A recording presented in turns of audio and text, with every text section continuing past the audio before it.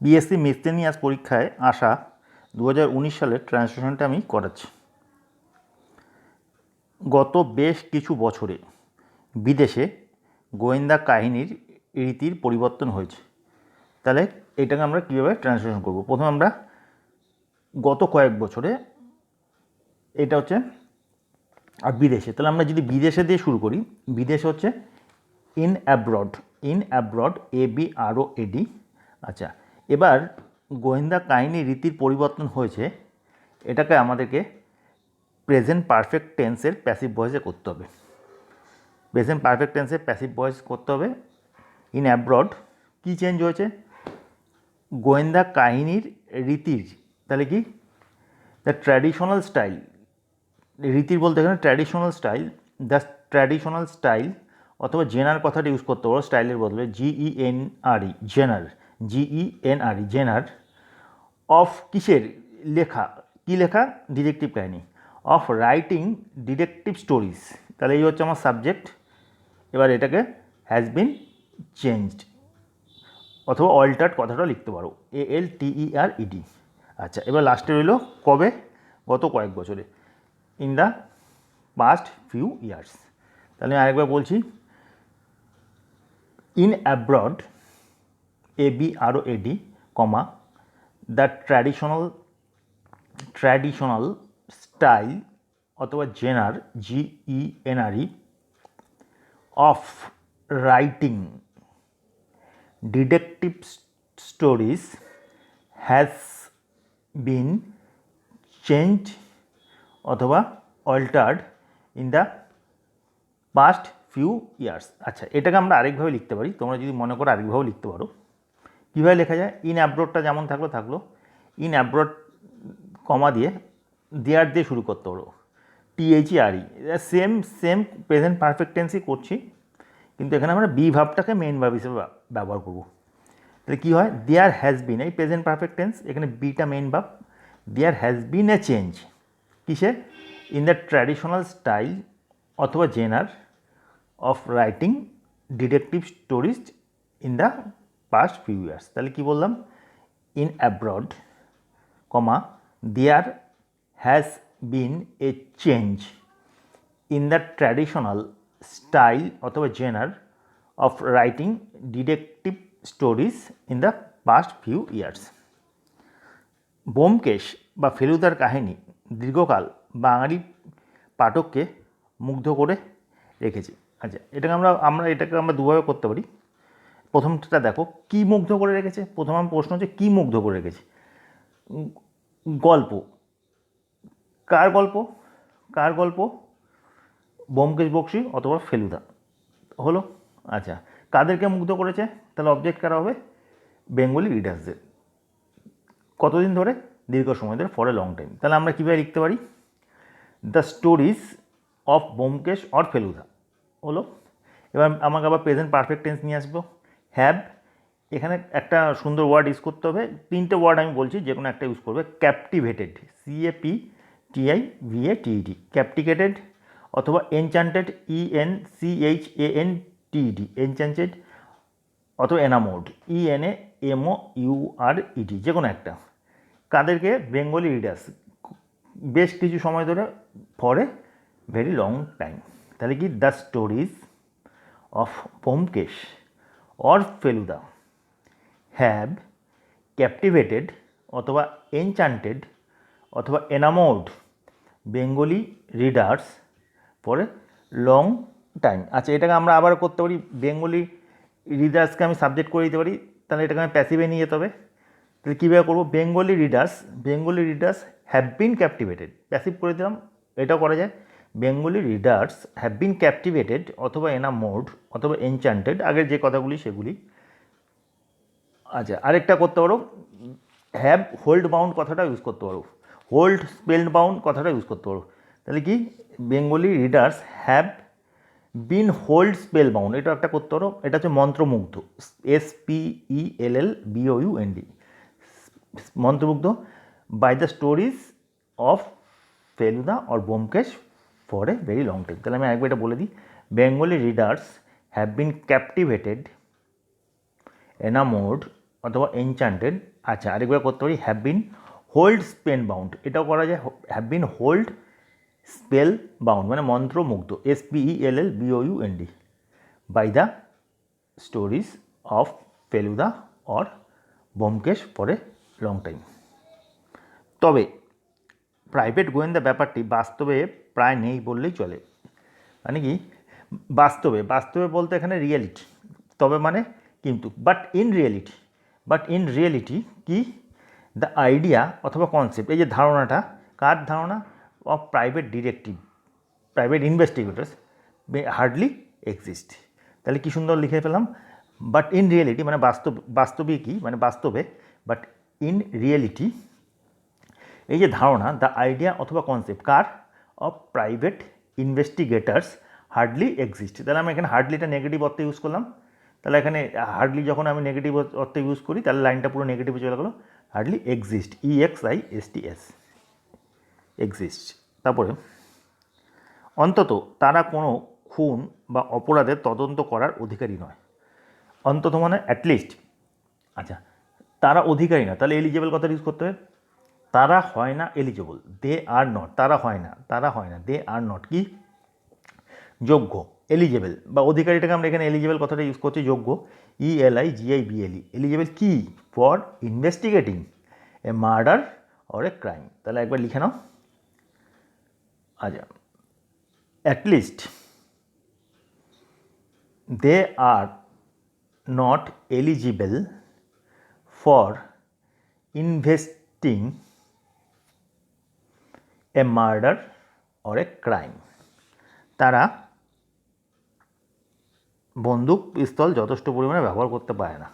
তাহলে এটাকে আমরা দেখো এখানে যে ব্যবহার করতে পারে না বলতে কি, দেখো তাদেরকে ব্যবহার করার অনুমতি দেওয়া হয় না, এটা এই জন্য তো তারা ব্যবহার করতে পারে না। তাহলে আমরা যদি প্লেন লিখে দিই দে ক্যান নট ইউজ, এটা একদমই নাম্বার আসবে না, এটা একদমই নাম্বার আসবে না। আমাকে কনসেপ্টটা ধরতে হবে, লিটারাল ট্রান্সলেশন করলে হবে না। কনসেপ্টটা কি? তাদেরকে অনুমতি দেয় না, এই জন্য তারা ব্যবহার করে না। যদি প্রাইভেট ডিটেকটিভ অনুমতি দেওয়া হতো প্রাইভেট ডিটেকটিভ ব্যবহার করতে হতো। তাহলে আমরা এখানে প্রেজেন্ট ইনডিফিনিট প্যাসিভ করি। They are not allowed, they are not allowed to use gun pistols indiscriminately মানে হচ্ছে নির্বিচারে, INDISCRIMINATELY। তাহলে কি বললাম? They are not allowed to use guns pistol indiscriminately. আচ্ছা, তাই রহস্যকল্পের জন্য শবর দাশগুপ্ত নামে একটি গোয়েন্দাকে সৃষ্টি করি। তাই মানে আমি সৃষ্টি করেছি কি? শবদত্ত নামে। সে কে একটা ডিটেকটিভ লালবাজারের কি জন্য? আমার গল্পের জন্য, ডিটেকটিভ গল্পের জন্য। তাহলে কি আমি সৃষ্টি করেছি, present perfect. I have created K? A detective character, যার নাম কি? নেমড ওই শবর দাশগুপ্ত, কমা দিয়ে লেখো এ ডিটেকটিভ অফ লালবাজার। এই ডিটেকটিভ অফ লালবাজার, তাহলে আমি বলেছি শবর দাশগুপ্তর সঙ্গে ডিটেকটিভ কোথাকার শবর দাশগুপ্তটা কে? তাহলে আমাকে ডিটেকটিভ অফ লালবাজার এটা আমি করে দিতে পারি। এ ডিটেকটিভ অফ লালবাজার কী জন্য করেছি? For my detective stories. আচ্ছা, so comma I have created a detective character named Shabar Dasgupta, a detective of Lalbazar, comma for my detective stories. Shabar লালবাজারের গোয়েন্দা, তাহলে এই যে শবর লালবাজার গোয়েন্দা এটা আমি একবার ঢুকিয়ে দিলাম। এই যে শবর লালবাজারের গোয়েন্দা এটা আমি একবার ঢুকিয়ে দিলাম এর মধ্যে। আচ্ছা, খুব লম্বা চওড়া নয় কিন্তু প্রবল শক্তিমান, খুব লম্বা চওড়া নয় কিন্তু প্রবল শক্তিমান। আচ্ছা, এবং সম্পূর্ণ ভয়ডরহীন। তাহলে এটাকে আমরা কীভাবে করব? তাহলে আমরা এটাকে এইভাবে করতে পারি, খুব লম্বা চওড়া না হওয়া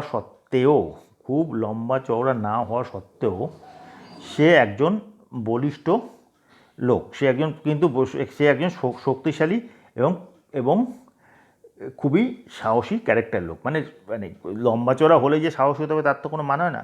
বা লম্বা চড়া না হলে যে মানে মানে গাট্টা গোট্টা হওয়া বা অনেক আছে না শর্ট হাইটের মধ্যে গাট্টা গোট্টা চেহারা, সেই জিনিসটাকে বলতে হচ্ছে। তাহলে আমরা এখানে ডেসপাইট কথাটা ইউজ করি, ডেসপাইট নট হ্যাভিং। ডেসপাইটের পর আমরা আইএনজি ভার্ব ইউজ করলে আইএনজি ফর্ম ইউজ করবো।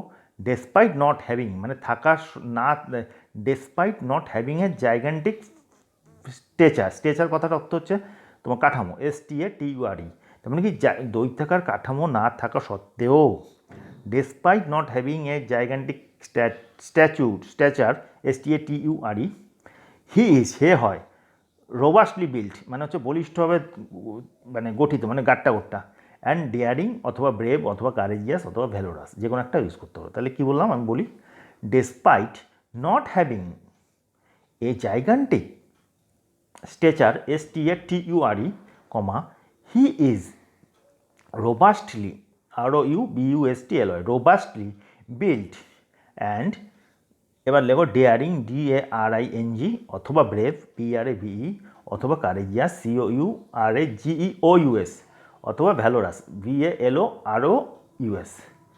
আচ্ছা, পরেরটা, ইচ্ছে করেই সবরকে সব রকম মানসিক দুর্বলতা থেকে মুক্ত রেখেছি। তাহলে কী করেছি, মানে মানসিক যে দুর্বলতা আছে, সাধারণ মানুষের যে দুর্বলতা আছে সেই থেকে শবর দাশগুপ্তকে দূরে রেখেছি। মানে এই শবর দাশগুপ্তের চরিত্রের মধ্যে যে অ্যাভারেজ যে সাধারণ মানুষের যে দুর্বলতাগুলি আছে তা কিন্তু নেই। তাহলে আমরা কত ইন্টেনশনালি মানে ইচ্ছাকৃত,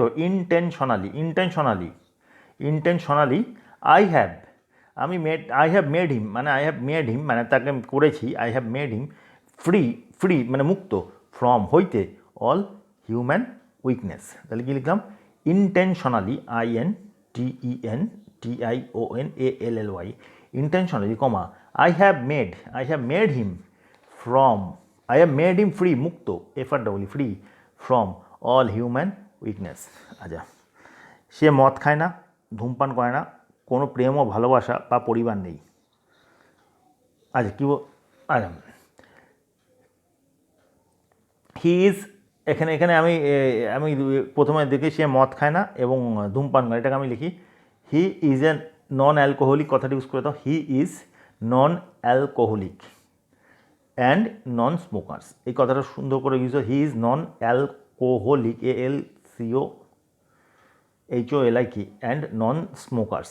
আচ্ছা, তার প্রেম ভালোবাসা বা পরিবার নেই, তার মানে তার নেই। আচ্ছা, এখানে এই কথাগুলি একটু সুন্দর করে লিখতে হবে, মানে কি সে নিজেকে পরিবারের প্রতি উৎসর্গিত করেনি, এভাবে আমরা লিখতে পারি। আচ্ছা, প্রথম সে নিজেকে পরিবারের প্রতি উৎসর্গ করেনি, আর দ্বিতীয়টা হচ্ছে কি তার কোনো মেয়েদের প্রতি প্রেম ভালোবাসা নেই। আচ্ছা, এখানে আমরা কীভাবে করতে পারি, আচ্ছা এখানে আমরা করি, যদি আমরা করি নাইদার নট ইউজ করি, he has neither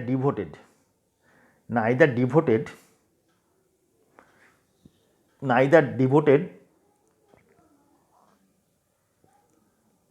himself to family life অথবা nor having affection for any woman. তাহলে আমি বলি he has neither devoted himself to family life nor having affection for any woman.